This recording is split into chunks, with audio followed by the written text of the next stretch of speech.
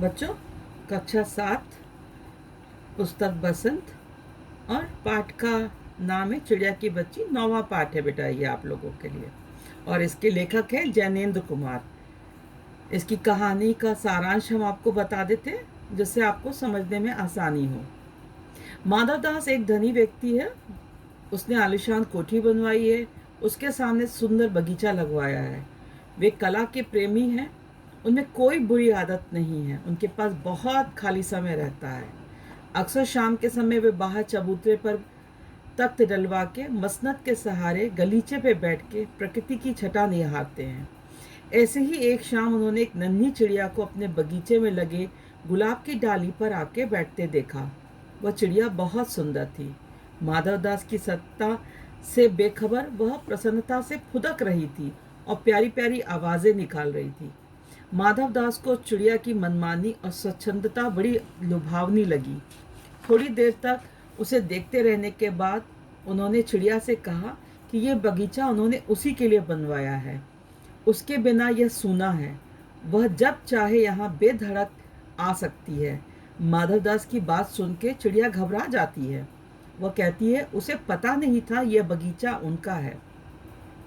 थोड़ी देर सुस्ताने के लिए वो यहाँ बैठ गई थी, अभी चली जाएगी। माधवदास उस चिड़िया की सुंदरता और चंचलता से मुग्ध हो गए थे। वे चाहते थे कि वे हमेशा उनके पास रह जाए और उनके जीवन के खालीपन को भर दे। वे उसे रोकने के लिए कई तरह के प्रलोभन देते हैं। वे कहते हैं कि उसकी हर इच्छा पूरी करेंगे, उसके लिए सोने का घर बनवा देंगे, उसे सुख की सारी व्यवस्था करेंगे। माधवदास कहते हैं कि वह उन्हें खुश कर दे। वह उसे सोने की कटोरी में खाना पीना भी देंगे। माधवदास के प्रलोभनों से भयभीत चिड़िया किसी तरह वहां रुकने को तैयार नहीं होती। उसे लगता है जैसे वहां आकर उसने बहुत बड़ी गलती कर दी। वह अपनी माँ के पास लौट जाना चाहती है। उसकी माँ उसकी राह देख रही होगी। वह माधवदास से कहती है कि वह उन्हें नहीं जानती। सोना क्या होता है उसे नहीं पता। वह केवल सूरज, धूप, घास, पानी और फूल को जानती है। वह उनके बगीचे में नहीं रहेगी, अपने घर चली जाएगी। माधवदास को लगता है कि किसी तरह फंसा के चिड़िया को अपने पास रखें और वह अपनी माँ के पास घर जाना चाहती है। माधवदास बार बार बातों में उलझाकर उसे रोक लेते हैं।